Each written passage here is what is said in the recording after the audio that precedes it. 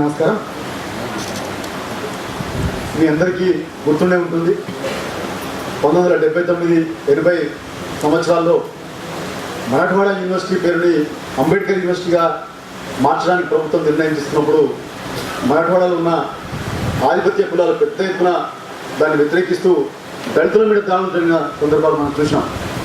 ఆ సందర్భంగా మరాఠవాడా యూనివర్సిటీని అంబేద్కర్ యూనివర్సిటీగా పేరు మార్చే ఒక ఉద్యమం దళితులు ఉపయోగం చేస్తుంటే దాన్ని అణచివేయడానికి అటు ఆధిపత్య కులాల వాళ్ళు పెద్ద ఎత్తున దాన్ని వ్యతిరేకిస్తూ ఉద్యమం చేస్తుంటే ఆ దళితులకి ఆత్మస్థైర్యం కలిగించడానికి ఒక లాంగ్ మార్చ్ జరిగింది.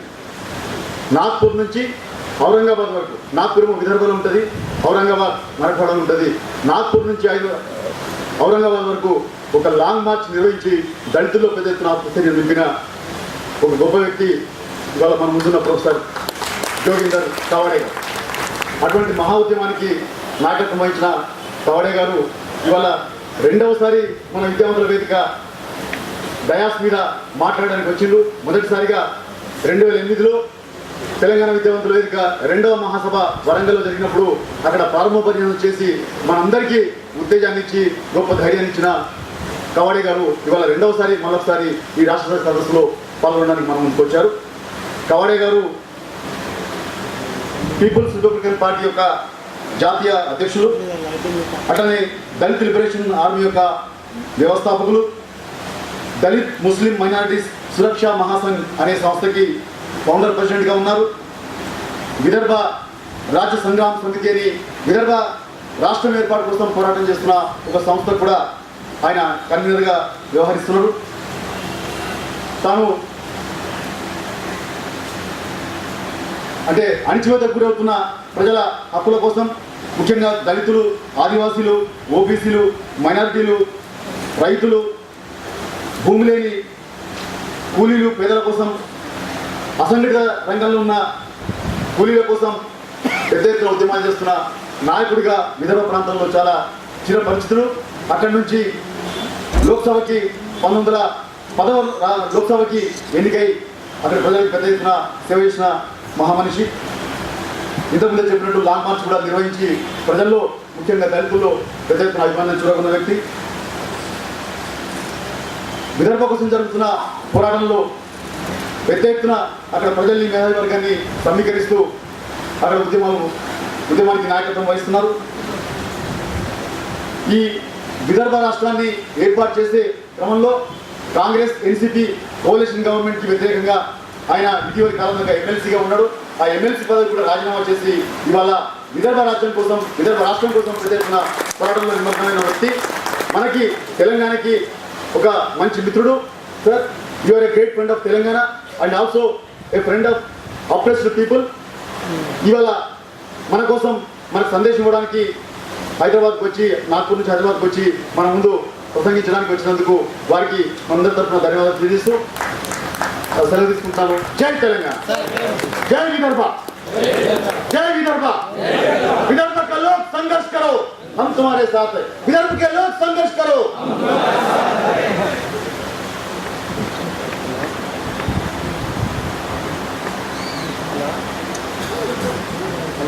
तेलंगाना विद्यावंतुला वेदिका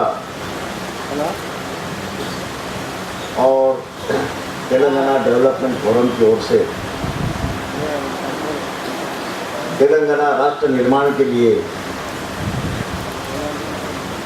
तेलंगाना के 10 जिलों में से जो हमारे इंटेलेक्चुअल्स है, teachers, professors, doctors, engineers, officers, अधिकारी वर्ग, ये सब लोग यहाँ पर तेलंगाना राष्ट्र निर्माण के लिए जो संघर्ष कर रहे हैं और इस संघर्ष को सफलता में परिवर्तित करने के लिए तेलंगाना विद्यावंतुला वेदिका के ओर से वेदिका के अध्यक्ष हमारे साथी भाई मालेपल्ली लक्ष्मैया जी, मंच पर विराजमान Honorable Justice Sudarshan Reddy Sahib, M. Kodandaram ji, Dr. Rajeshwar Rao Sahib,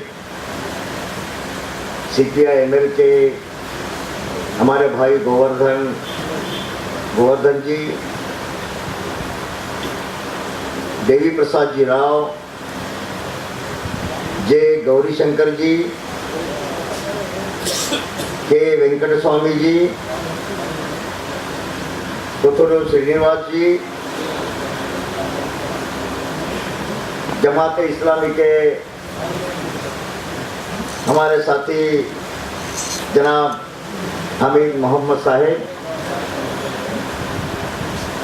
हमारे साथी श्रीधर देशपांडे जी, प्रेम कुमार जी,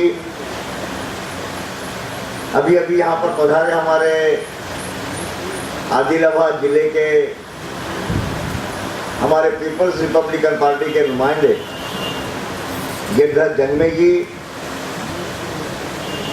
मंच पर विराजमान सभी मान्यवर नेतागण, अतिथिगण, नेता कहने के बजाय इनको मैं सेनापति कहूंगा कि लड़ने वाले लोग हैं सेनापति। मंच पर बैठे सभी सेनापति,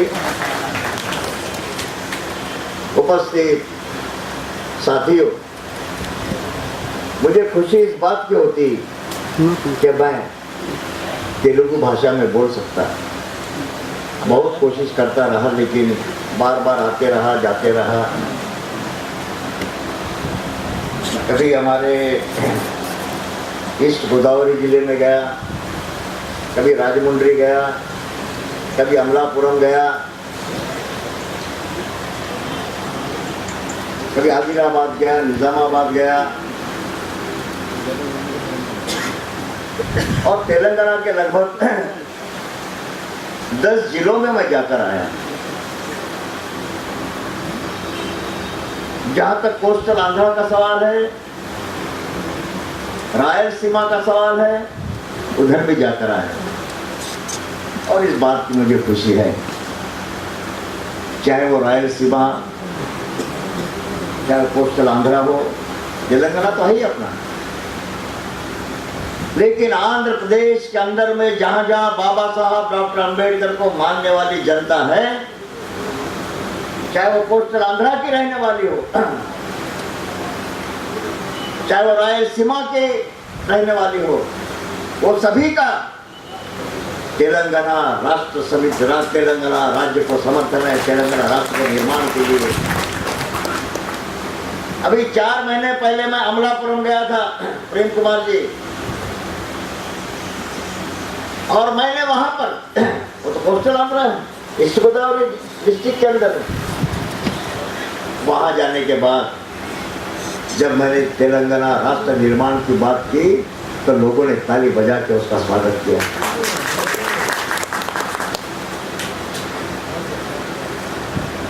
मेरे ख्याल से हैदराबाद के अंदर में हिंदी समझना कोई मुश्किल काम नहीं है।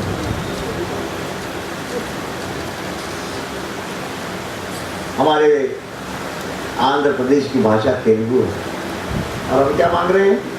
तेलंगाना। गुजरात की भाषा गुजराती है, महाराष्ट्र की भाषा मराठी है, ओडिशा की भाषा ओडिया है। देखिए, और आंध्र प्रदेश की भाषा तेलुगु है। जो आंध्र प्रदेश की भाषा तेलुगु बोली जाती है आंध्र प्रदेश के अंदर में, वही हमारे तेलंगाना के लोग तेलंगाना की मांग कर रहे हैं। तेलुगु भाषा जो बोली जाती है उसकी मांग कर रहे हैं।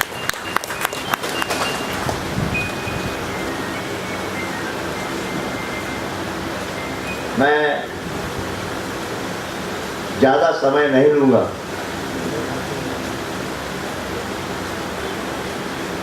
जहां भी जाता हूँ आंध्र प्रदेश के अंदर में, कहीं हिंदी में बोलता है, कभी अंग्रेजी में। अंग्रेजी उतनी अच्छी नहीं है अपनी, इसलिए मैं अंग्रेजी में नहीं बोल रहा हूँ। नहीं तो आप बोलोगे प्रोफेसर अंग्रेजी भी बोलना नहीं आता इसको, इससे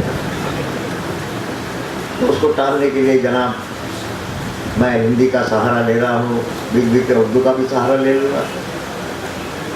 सबसे बेहतरीन उर्दू जुबान है।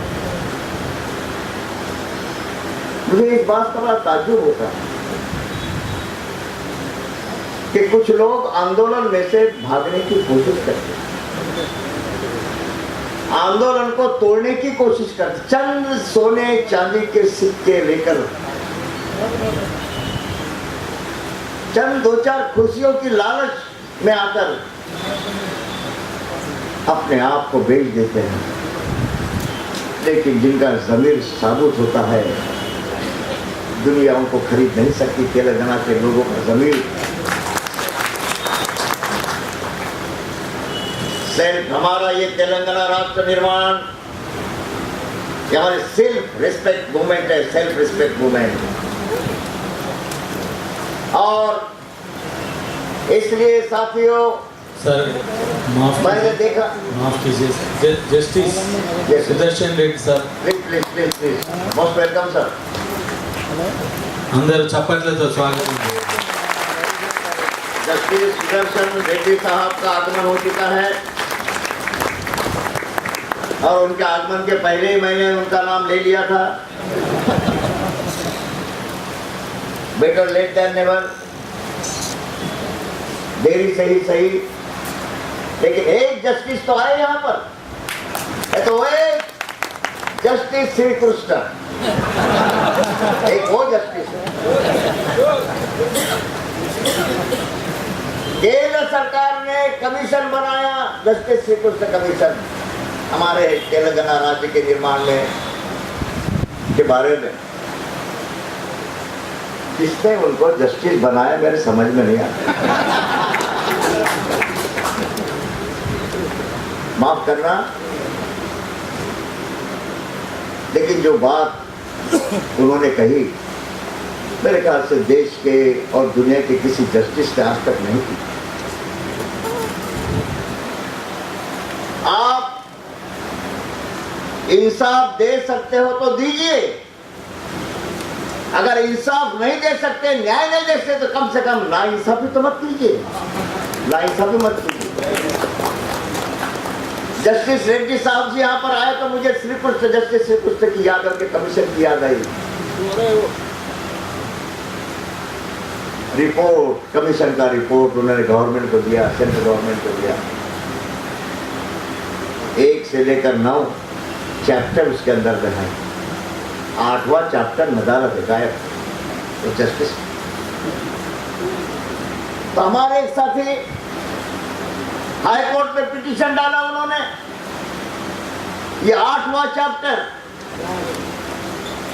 जो जस्टिस श्री कृष्ण कमीशन के रिपोर्ट में जो 9 चैप्टर थे, उसमें से 8वां चैप्टर गायब था, आ गया था। हाँ, जेब में डाल के घूम रहे थे, क्या कर रहे थे? जब पता चला कि 8वें चैप्टर में क्या लिखा है,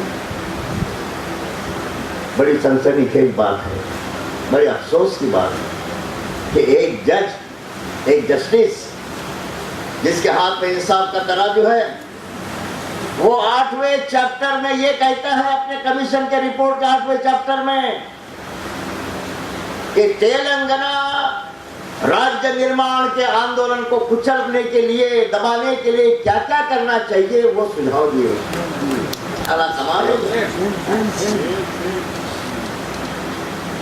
तेलंगाना राज्य की मांग को दबाने के लिए नेताओं को पैसे दो, नेताओं को खरीद लो, मीडिया को खरीद लो, इलेक्ट्रॉनिक मीडिया को खरीद लो, प्रिंट मीडिया को खरीद लो,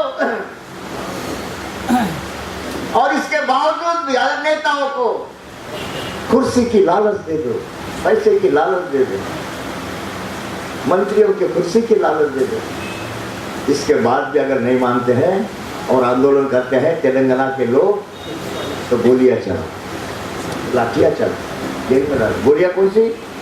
ओ रबर बुलेट होते, रबर बुलेट, ये भी लिखा उसके अंदर। अरे पहला मैजिस्ट्रेट देखा मैंने, रिपोर्ट में सीधा कह देता तेलंगाना के 10 जिलों के लोगों की मांग है कि तेलंगाना राष्ट्र बनना चाहिए, तेलंगाना राज्य का निर्माण होना चाहिए, लिख देता, यस और नो तो मान लेते हम, आप पे क्या करना है देख लेते।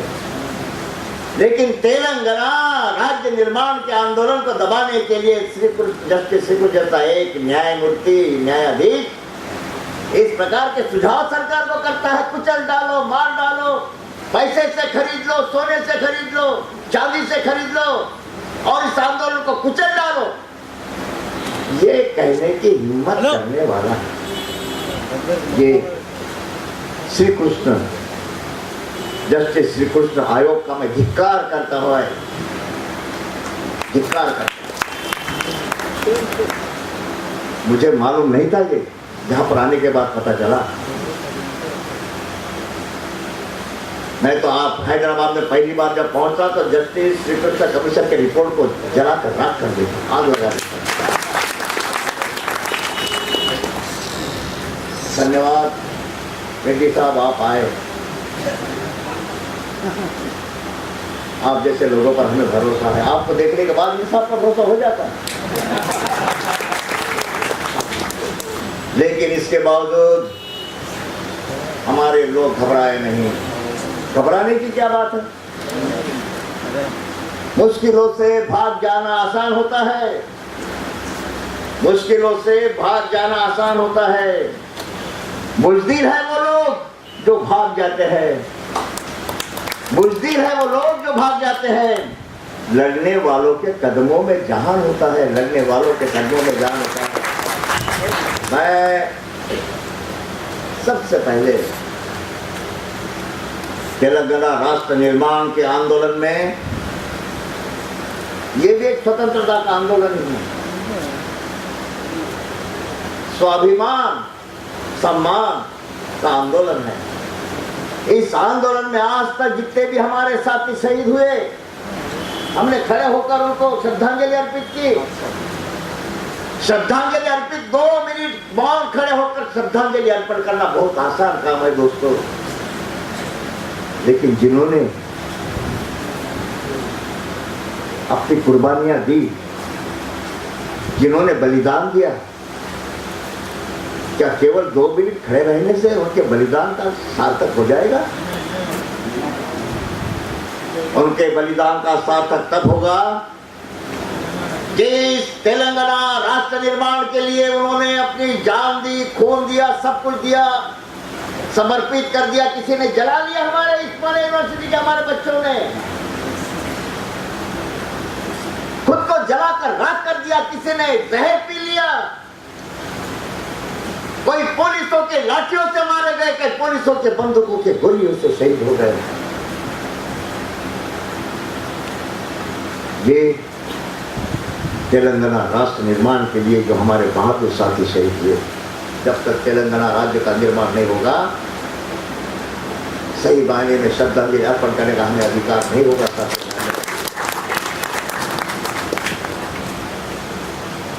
We are sailing in the same boat. हमारे देशपांडे जी ने नारा लगाया, विदर्भ राज जिंदाबाद, तेलंगाना राज जिंदाबाद। विदर्भ की बात और तेलंगाना की बात एक ही है।